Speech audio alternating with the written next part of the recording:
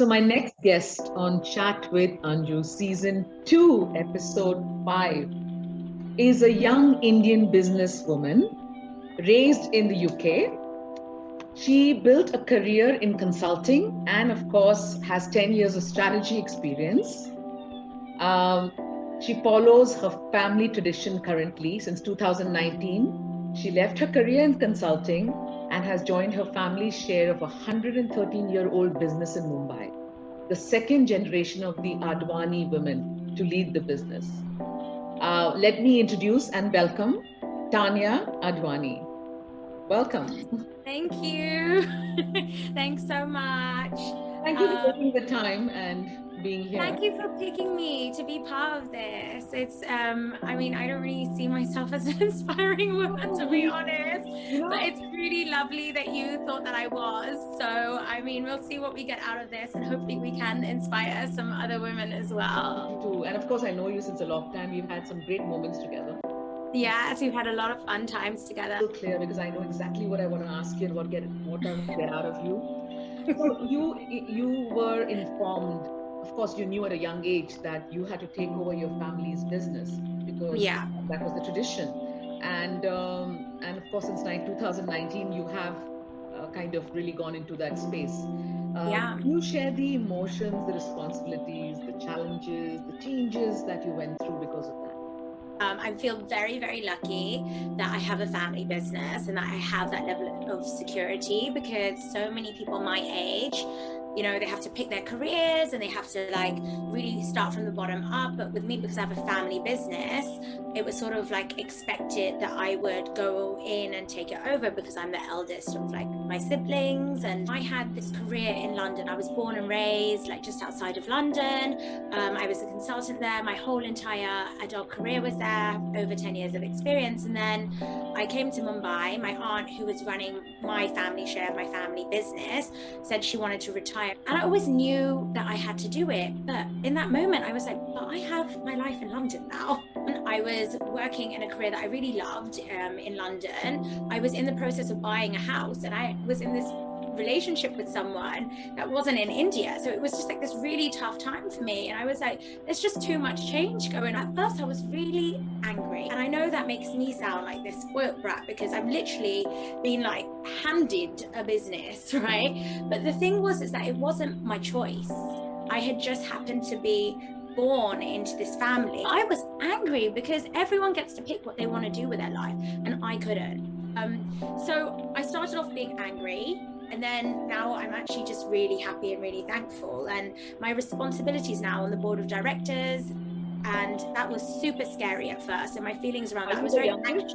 Were you the youngest? I am the youngest. Yeah, I'm the youngest, and I am one of 2 females on most of my boards, and one of them there's 3 females. So like my business is in manufacturing, and like you said before, it's over 113 years old, and it's prevalently like it's more of a male dominated industry. Like we make welding products, we make a lot of different things, and there just aren't that many women. But as a company as well, because there are a few of us women in management, we're trying to strive to make it better for other women to want to join, you know. So it's a great place to be, and then a lot of things can happen. And like I said, I'm so lucky with my other business partners as well. So I think I was scared, I was anxious, I was angry. Then I came over and I saw the opportunity. And for someone who is young, that opportunity there is the most exciting thing. So I was mad because I thought I wouldn't have that opportunity there, and I was mad because it wasn't what I had initially chosen. I've got this whole new perspective, and I'm actually really thankful.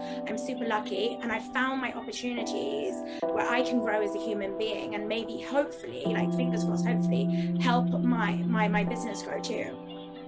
Fabulous. I mean, it's so important now, you know, and even accepting and moving to India is a whole new.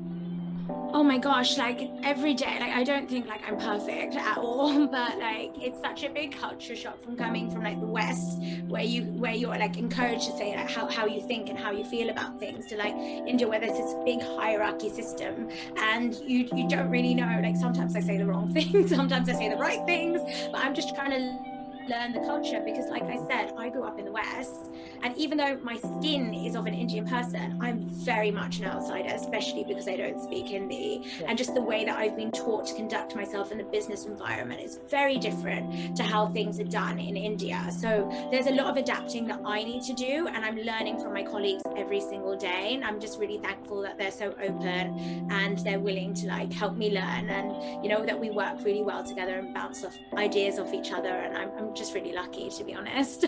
Can you say a sentence in Hindi to me? Oh my god, I don't even think I can. Oh, You know, my son is the same. आप कैसे हो? आप कैसे हो? बहुत अच्छा, बहुत अच्छे. बहुत अच्छा है. Thank you for sharing that. And it's so exciting, and I'd love to see what happens in the next 4-5 years. Me too. I'm really excited to see how things go. And I'm sure they're like waiting for input from you, because you know you come with that young mentality and you know young energy. Yeah. So like my business partners, I'm really lucky. So if I have like suggestions or anything, they're really good at like taking that on. Like they don't make me feel like I'm younger, or that like my opinion doesn't count or anything like that, which is what I was initially worried, because you're always afraid of the unknown. But they've all been like really accepting, and they've taught me so much and been able to work really well together. So I'm just really thankful for that. And you know, it can't have been easy for them either, as this young person just sort of like coming in, and you know, it's not like a normal family business where all the families like related to each other. We are 5 Sindhi families who are great grandparents put this business together. We're not related to each other. So I mean, we've all kind of been put into this position where let's carry on our family business, but you know, but we're not related. But we you know what, there's this trust there, and I think it's amazing. It's a beautiful thing. And the reason that our business has gone on for over 100 years, despite, you know, the fact that we're not all families, because there's that trust there, and we trust each other to do the right thing, and we work really well together. And, you know, I can only just hope to strengthen that bond that I have with them. Yeah. I'm sure you saw your aunt as that, you know, the person who you look upon, and you want. So my aunt, you know. Yeah, so my aunt was the chairman of one of our bigger companies as well, and she took it from private to public, like during her time, I think. I'm pretty sure. You know, she's done a lot for like women as well in the workplace, and you know, just the kind of way that she conducted herself in the office. Like, it was always something that I looked up to, you know. So like, I have 3 role models in my life. My grandmother, who I said I'm very close to, she's 97, a doctor. She was a doctor in London for the longest time, a pediatrician, sorry. And she is just this amazing, compassionate human being. You've met her, actually. She's just this intelligent, amazing human being. And my aunt, like, the way she inspires me too, because the way that she has just taken like the business, and like the way she's grown it, the way she's like mentored people, you know, like the philosophy she has, like it takes a very strong woman to go into an environment, especially, you know, like some 40 years ago, where women in the workplace, it must have been very difficult for her. It would have been difficult for any woman, and you know, going into a very male dominated industry. And so like to see like what she's achieved in her time is just an inspiration to me. And if I can even do a quarter of what she's done, like I've won at life. I'm sure, because that's why she's trusted you and just, you know, let you exactly. And then my mum as well, like I'm really lucky with my mum, because with my aunt I've seen like the working side of life, and like how as a woman you can achieve anything. But with my mum, like I've seen like she has just been amazing, because she got married to my dad, spoke absolutely no English, moved over to the UK because she went to a Sindhi medium school. So she moved over to the UK, and knowing no English, became a chartered accountant, raised 2 kids, and worked part-time, and then raised a family. And me and my mum are like this. Like the fact that she could do it all was like unbelievable to me. And like, she inspires me too about like wanting to be able to have a family as well. So my aunt never got married or had kids, and she had the business. Now my mum has done a bit of both. So I'm hoping I will be able to do both now coming into the business. So it's like a full circle, because that my mum is such a caring and empathetic person and such an amazing mother. So I would want to hopefully the amazing mother one day. So I've got inspirations on both sides. So I think that's a really beautiful thing. Fantastic. I love your energy. So, Tanya, I remember you had shared about that you had frozen your eggs. And, yes. I mean, our time, we never thought of all that. But I would love if you could share that with our audience. There might be some young girls, because I've never heard people talking so openly about it. But the way you are willing to share, I was so proud, because I saw it on your Instagram also. Yeah. And just wanted to understand a little bit, like, who should be doing it? How is it done? A little bit about your procedure, if you can share. Thank you. I'm going to say straight up, I am not a doctor, so I'm not going to give any medical advice in this. When I was in London, actually, one of my very, very, very close girlfriends had told me when she was like around 28, around my age, she had frozen her eggs. And I always thought, maybe in the back of my head, like, maybe that's something I can do if I don't find someone. And in Indian culture, that I have experienced, maybe not everyone has, but like I had experienced that the older I get, the less likely maybe I'll get married, or you know, like maybe I'm not as good as like the younger girls that the boys want. And that was what was going through my head. And I was like, oh my gosh, I don't want to force myself into getting married to maybe like the wrong person just because I want to have kids, right? So when I moved over here, I went to see my gynecologist, and I did my general checkup, and he said to me, oh, by the way, you've got some extra follicles. You have this thing called PCOD, polycystic ovary disease. And I was like, what does that mean? And he said, well, it could be a little difficult if you want to get pregnant one day. And my mum, when she got married, it took her 5 years to conceive me. So she had problems getting pregnant as well. And she didn't even have this PCOD problem. And I remembered my friend, and I was like, hey, is this an option for me? And they said, you know what, we actually recommend this for people that are around your age if they want to have kids in the future. But that's something you need to take a call on. People don't usually do this until they're ready to have kids. But if you feel like that may not happen anytime soon for you, then feel free to research this further. But you could be a candidate, and here's the name of the doctor you should go see. I went to get a consult, and then I realized I wanted to do this. The decision came from me. My family was super supportive, especially once they found out I had the PCOD. I went to get the consult, and I picked the place, and I picked the doctor. I went to see a few doctors actually in Bombay, because that's where I am now, and the pricing was so much better than it was in the UK. And I was like, you know what, this doesn't harm me to do this. It's a backup option, right? So say I don't find the person that I want to be with for the rest of my life until I'm 40 or 50, but I'm really happy with that person. I don't want to have to miss out on having kids, you know, because there are other alternative ways. You don't have to give birth yourself. You may want your own eggs, because if you have your own eggs, it's a little bit of your DNA, right? So I was like, I don't want to rush into anything with anyone. I've just come out of a relationship. I need to work on myself. I do want a family. So I went forward with it. I went to, I think it was called Bombay Fertility Clinic. And so the whole process takes about 14 days, right? And it's all dependent on your period. I started off with one injection. It started on the second day of my period because it's cycle dependent. And I would inject them like right here, just below my belly button, right here into my stomach.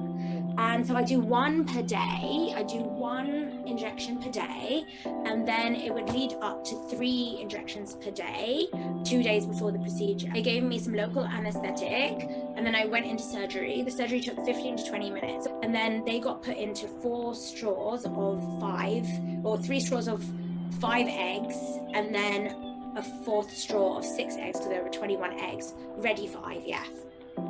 I can at least get 4 or 5 kids out of that. If I say 20% success rate of IVF, because when you unfreeze the eggs, they can thaw, and then you might have to throw them away. So at least one of those cycles, I'm fingers crossed, there should be a chance of getting one. So 4 to 5 kids, if I didn't marry someone and I couldn't give birth naturally, I know is a backup for me. that is just a great safety net to have for someone who wants to have kids. There's so many different reasons, and it's different to every woman. But for me, I didn't want that pressure into getting married to the wrong person, or the fact that maybe I might be too busy with work and I might not have the opportunity to find the right person. I mean, times before were different when we got married very early, but now Exactly. you guys are taking your time, and it's fair enough, and you don't have to. But we also have a lot more to offer as women as well. Like, back in the day, like, many years ago, even like before my parents and stuff, like women didn't really work then, and it was all about creating babies and starting families. And we are so intelligent, and we can do it all. There are these amazing women. I'm sure you've interviewed like so many of them, and even you yourself, you have your own career, and you've raised a family. Like, we can do both. So why should we sacrifice that? No way. No, we are superhuman. We are all superwomen. Seriously. I love it. Thank you for that. So Tanya, I know you're a fab singer. Oh my gosh. Say that you sing one of your songs for us. Okay. She Will Be Loved by Maroon 5. Okay. Beauty queen of only 18, she had some trouble with herself. He was always there to help her. She always belonged to someone else. I drove for miles and miles and wound up at your door, yeah. I've had you so many times, but somehow I want more, yeah. I don't mind spending every day out on your corner in the pouring rain, oh yeah. Look for the girl with a broken smile. Ask her if she wants to stay a while, and she will be loved, and she will be loved. There you go. Thank you so much. Thank you. Ask me a question if you have a question for me. Yeah, I do. Okay, so firstly, I want to say thank you for putting me as part of this like inspiring young women, series that you've got going on. And I hope I've been helpful, or, I can maybe inspire some people from this. So thank you so much. It's been a real honor that you even chose me. And it's actually made my day. And so I just wanted to, know, because you're doing this series, you obviously had access to a lot of young, inspiring women. So the most inspiring thing that you have heard from all of the women that you have interviewed so far, because I know there is probably going to be much more after me too. So what is that most inspiring thing that you have heard from this series, from all the women that you've spoken to so far? What's the one that's resonated with you the most, basically? Yeah, so for me, I think all the young ladies that I've interviewed recently have been girls that I know for a long time. So, it's been over 10 years that I know all of you.